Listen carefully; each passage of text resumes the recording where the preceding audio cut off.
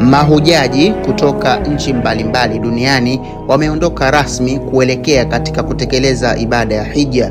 Amir Mansour al-Gaddafi, raia wa Libya, ni miongoni mwa raia wachache ambao walichaguliwa kupitia programu maalum ya serikali ya Libya, Haji Quota Rafo, programu ambayo hutoa fursa kwa raia wasio na uwezo wa kujigharamikia gharama za kutekeleza ibada ya hija.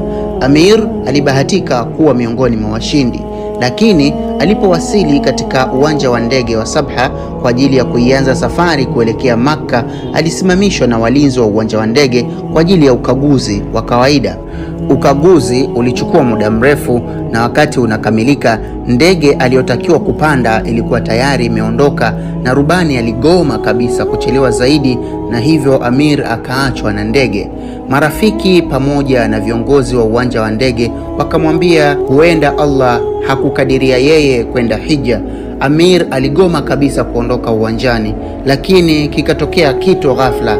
Ndege ilirudi uwanja wa ndege wa Sabha kwa sababu ya tatizo la kiufundi. Amir alipata matumaini mapya na akakimbia kuomba uongozi wa mruhusu apande ndege, lakini rubani aligoma na kusisitiza kuwa tatizo halikuwa kubwa la kuruhusu muda wa abiria wapya kuingia kwenye ndege.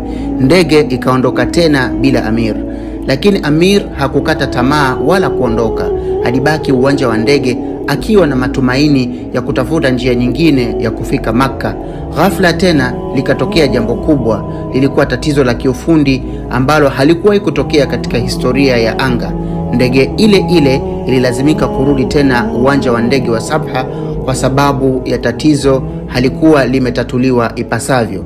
Zamu hii rubani mwenyewe alishuka kwenye ndege na kumfuata Amir ili aingie kwenye ndege tayari kwa safari. Amir alikaribishwa na wahudumu wa ndege, abiria wenzake ambao walimpigia makofi na kumpongeza. Mwishowe ndege ikaondoka na Amir akiwemo ndani. Ama hakika kilichoandikwa kwa ajili yako basi kitakuja hata katika wakati ambao hautarajii. Usizikatie tamaa rehema za Allahu tabaraka wa taala.